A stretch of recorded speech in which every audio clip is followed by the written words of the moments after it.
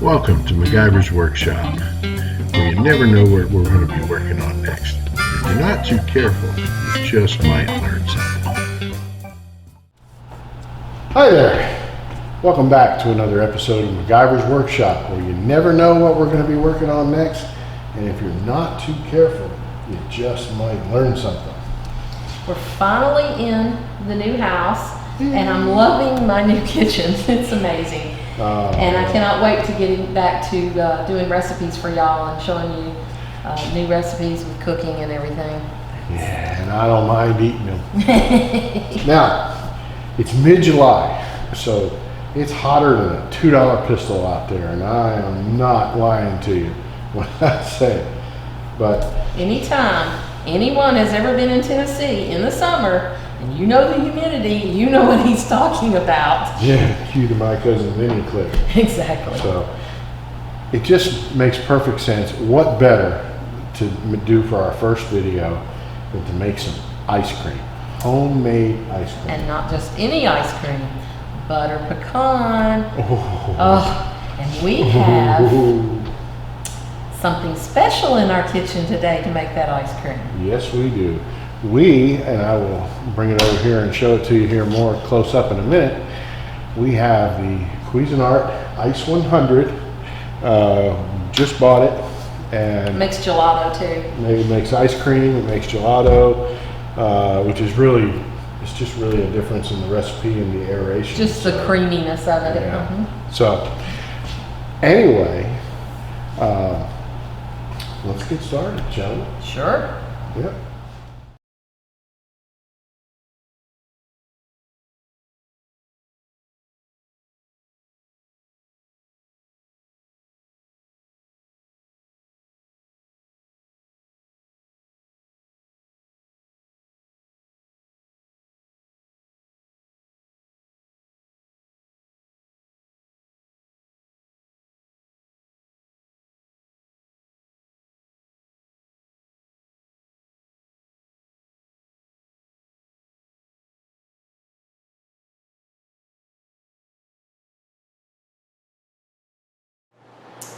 And before we get started, I do want to make a little quick talk about the Cuisinart versus the KitchenAid. I'm not doing product placement here by any means. Both are fantastic. The good thing about this, it has a built-in compressor, so you don't have to chill your bowl ahead of time.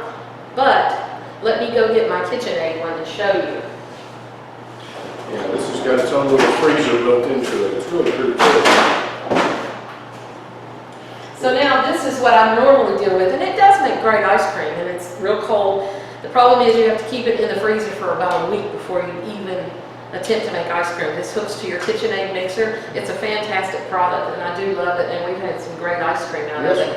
But I thought we would give something else a whirl here, and we'll see how it goes.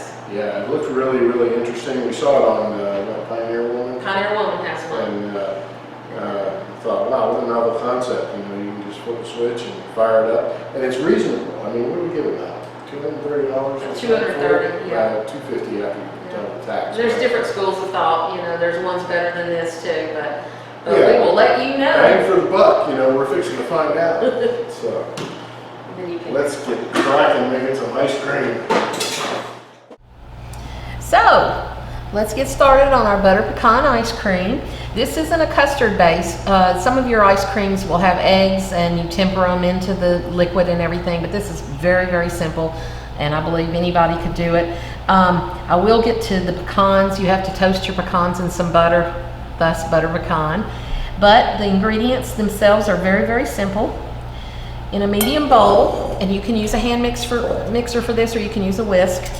You're going to use 1 cup of whole milk. And I just use a great big measuring cup because it's just easier to do it this way. There's your cup of milk and whole milk. And of course, obviously, all the fats are so important in your ice cream. And then you want 2 cups of heavy cream, heavy whipping cream. And I have made 2 batches out of this. 1 quart will make 2 batches because that's 4 cups. So here's my other 2 cups, nice and rich and thick. And then you're going to need 3/4 of a cup of granulated sugar.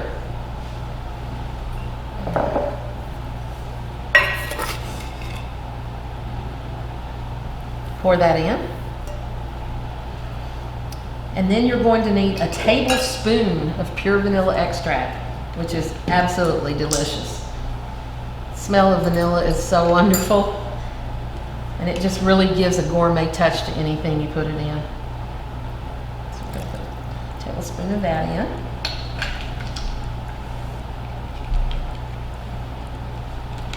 And then you're going to want a pinch of sea salt or kosher salt. It's just a very coarse granulated, and that's about a pinch.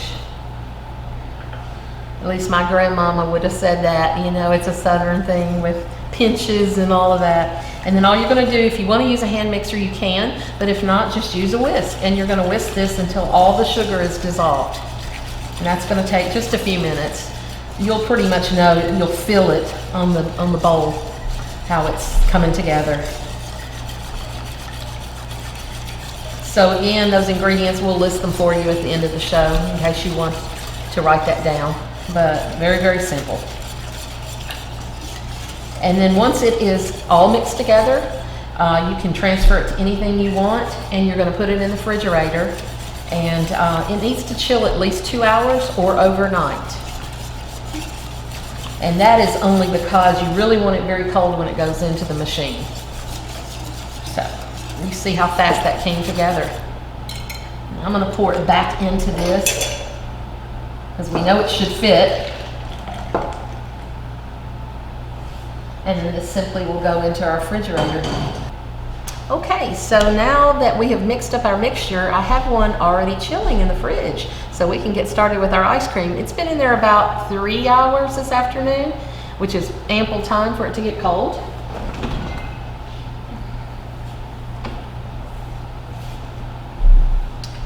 And you can put it in anything you want. It could be a plastic container. This happens to be a glass container.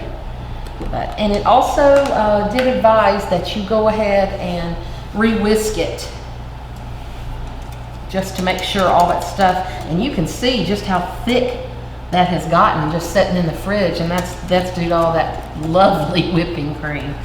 Nothing like it. So we've got it all whisked up, so let's now go to the machine and start our ice cream. Okay, so we're here at our machine. I do want to point out that there are 2 paddles. One, the gelato, you will know, has 2 ribbons here. And that's all in the process of how it makes it smoother, creamier. And then your ice cream one has just 1. So this is how you know the difference when you're putting them in. So you've got your little metal bucket. It's already been placed in there, and it will be lifted out. You'll see at the end of the show. So you want to put your paddle in, very simple, it just goes in. And then we want to pour our mixture in. Very carefully. You might want to use a measuring cup for this, so you don't make a mess like I just did. But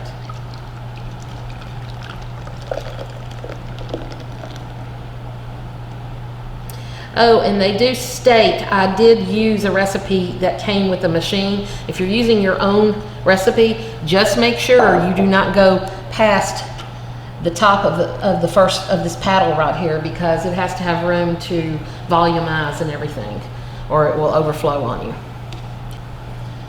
Now, the lid goes on, and you want to line up your icon with the locking mechanism, and it should just that. You should hear a click, and it should be locking in place. And the really cool thing about this machine is you have a little door here that you can add all your nuts or your add-ins, fruits or whatever after the fact, and you don't have to open the whole thing. All right, now my wonderful assistant's going to plug in the machine for us. Oh yeah. It's the Binford 6000.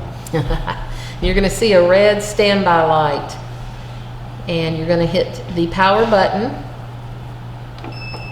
and this is going to come on, and you have your timer here, and all of these recipes seem to be about 40 to 50 minutes. So you're going to it's going to automatically default to 60, and so you just want to back it off. I'm going to do 50. It may be done before that time, we don't know. And then you're going to hit start, which is the cooling mixing process. There you have it.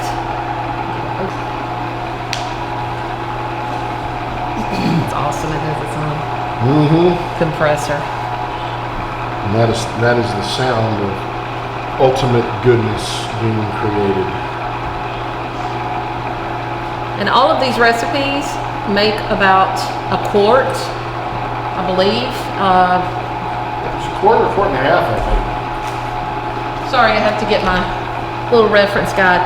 This one makes 5 cups, and that's 10 half-cup servings. Now, whoever eats just a half cup of ice cream, I don't know who they are, nor do I want to know them because. Yeah, not even supermodels. They don't eat it at all. So. Well, yeah, this is true. So this little baby will probably serve me and Michael up for a couple of nights, but anyway. Well, no, I'm. It is rich. I'm under strict orders to. I need to bring a sample to work. Oh me. Yeah. Well, we do have another batch that we can make after it chills. This is true. Yeah. So. Anyway, so now I would say we go on and you got to make the Pecans. butter pecan pie. Yeah, which is it's very simple, but I'll show you how to do that. Yeah. Okay, so now comes the goodness that's going to get mixed into that when it gets done. I just buy a big bag of pecans at our Sam's or your Costco or anywhere, and you can buy, I have halves. You can buy chopped nuts, which makes your life even easier. You don't have to worry about chopping them up yourself, but I usually buy halves, and that way I can control what I want, what the size is. And I usually dump out before, that's probably going to be about 1.5 cups to 2 cups before it's chopped. I kind of just guess at it. It calls for a cup of pecan halves, pieces or whole. So let's get these all chopped up real good. Make them real fine. I'm going to eat one for you. Love me some pecans. What in the world? There's a hand on my island. We'll have to smack that hand. I don't know where he came from. I haven't seen him since the cookie episode. He's very pesky and he likes to snack and take things.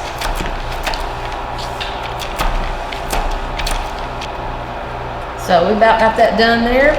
And let's make our way over to the skillet.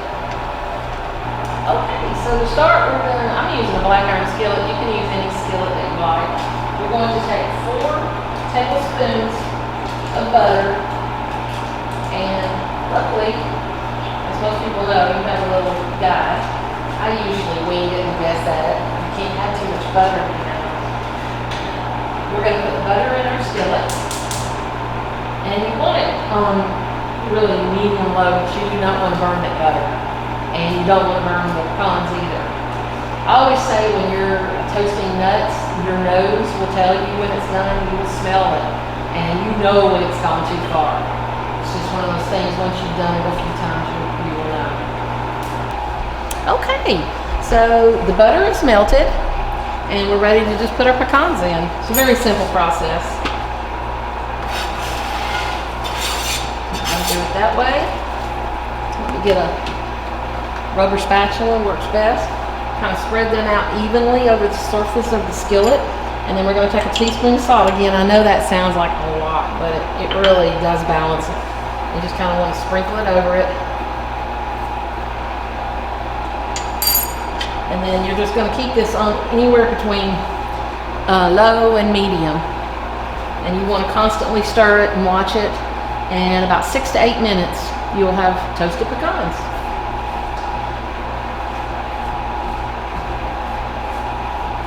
Okay, and once they're done, this is what they're going to look like. I am going to show you how you strain them and everything, but this is pretty much some that I had made earlier is what we're going to be putting into the machine about 5 minutes before that time is up. One other thing I was going to give you a tip about is this is about where your flame should be for a medium to low temperature. I know with gas it's so tricky because it's so easy to burn, but I would keep that flame about like that, and you should be good to go. And then again, constantly come back and stir it every few, about every 30 seconds or so.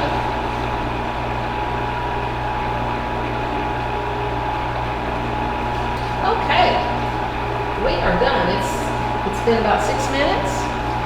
We have this, and I'll tell you something else you could do. I don't know if you ever go to the mall and have those warmed nuts that they serve in the cones, and they're ridiculously priced. You could put a little cinnamon in here, and being warm, they're going to taste just like those. It would be delicious. So this is the next step we will take. You want to strain it. You want to strain that butter out. So I just have a mesh strainer here over a bowl. And you just want to get all those out. Oh, I wish you could be in there and smell it. Smelling that aroma. Boy, it's nice. Oh, God, it's beautiful. And just kind of let those do their thing, and that butter's going to drip right out. And you just leave it for, I left it probably about 15 to 20 minutes. You want them to cool anyway. They need to be cool completely before you put them in the ice cream. Yeah, we're counting down. Now we've got 29 minutes to go. And as you can see on the paddle here, it's starting to fluff up and starting to stick. And it creates volume as that paddle goes around. Yeah, sticking a lot of air in it. Now, something to remember is that we're dealing with homemade ice cream here. We're not dealing with, we're trying to condition. It's kind of like orange soda and cherry flavored stuff, Right. We're conditioned by the commercial products that we've bought. The ice cream that you make fresh, is not going to come out as the same consistency as you would, a half gallon or a quart of ice cream you buy at the store, because in the store they've got all kind of guar gum and all this other chemicals and compounds they put in there to make that texture, that makes it what we're used to. And Xanthan or how xanthan gum and all this kind of stuff. So we're going to have your homemade ice cream is made with all, of course, fresh ingredients, and we don't have all those chemicals in here. So, it's not going to be that thick, creamy consistency. It may be more like your soft serve, and then if you want to thicken it up or harden it up, you'll need to put it in the freezer for a couple hours. But okay, we're at the 8-minute mark, and as you can see, this has grown tremendously. It's very huge. Actually, it's scooting around on this door, so we're going to see how this goes. I'm going to try to get these pecans. You can hear it slowing down. yeah, they're in there. Try to dump them in there in between the paddles there.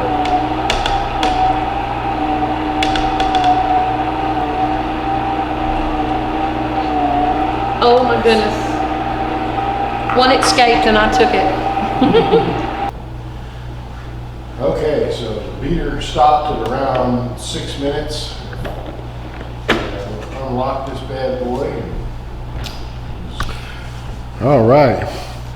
So that's how you make homemade ice cream with the Cuisinart Ice 100.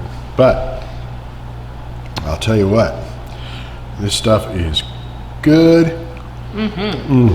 Oh God. Are we making y'all hungry yet?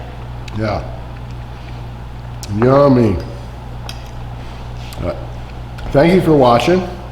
And as always, if you have any questions, feel free to comment. We always welcome everyone's commentary. And you can also email me at macgyversworkshop@gmail.com. And if y'all think of a good name for Tammy to use for her own little side channel here with the cooking stuff rather than just Macgyvers Workshop, let us know. Because we've been toying with some ideas and Yeah.